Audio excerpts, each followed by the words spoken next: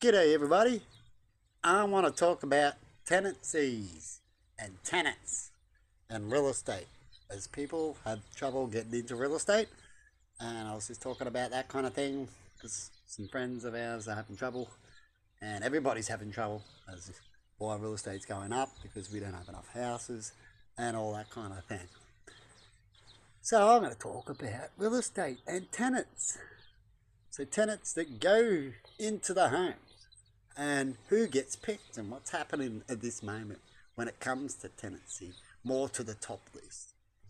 So who gets more respect when it comes to tenancies? Usually, and what everyone's talking about, and in my own experience, it comes to the people who pay more. So if someone pays more or willing to pay more, right, then you become a lower class.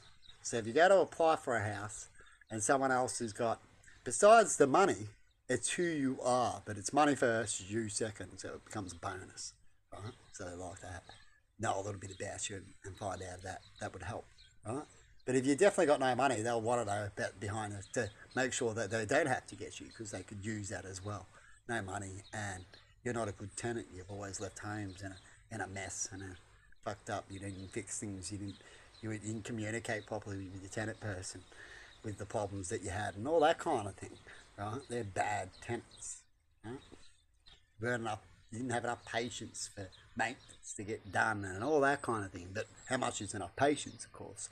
You should be waiting a few months or weeks is efficient enough when it comes to patience. More than that, we want to have a good excuse. But some people don't even have that. They're like, now.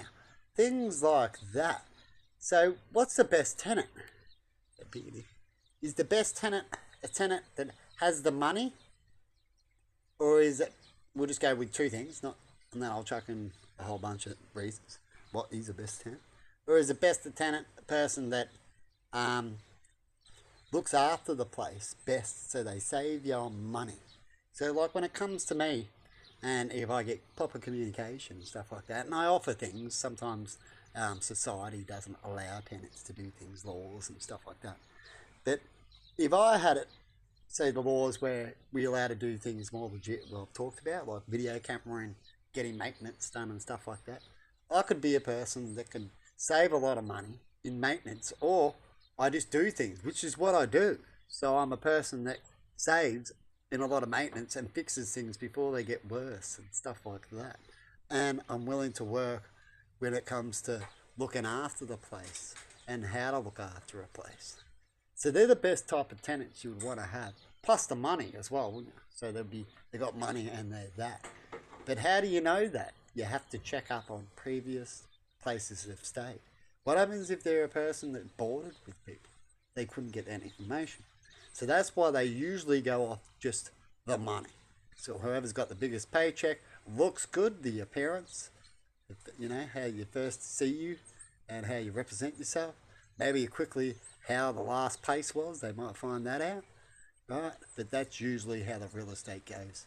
So I'm afraid when you're in competition or places, which people are, people might apply 3, 4 times at the same place, never got nowhere, waited, and then next minute this one person comes in, applies first straight away, first time and gets it and doesn't even have to wait. So it's like the last to apply gets it because of certain reasons, not because of who was in first best dress or who needed it and who was first in there or who was waiting the longest.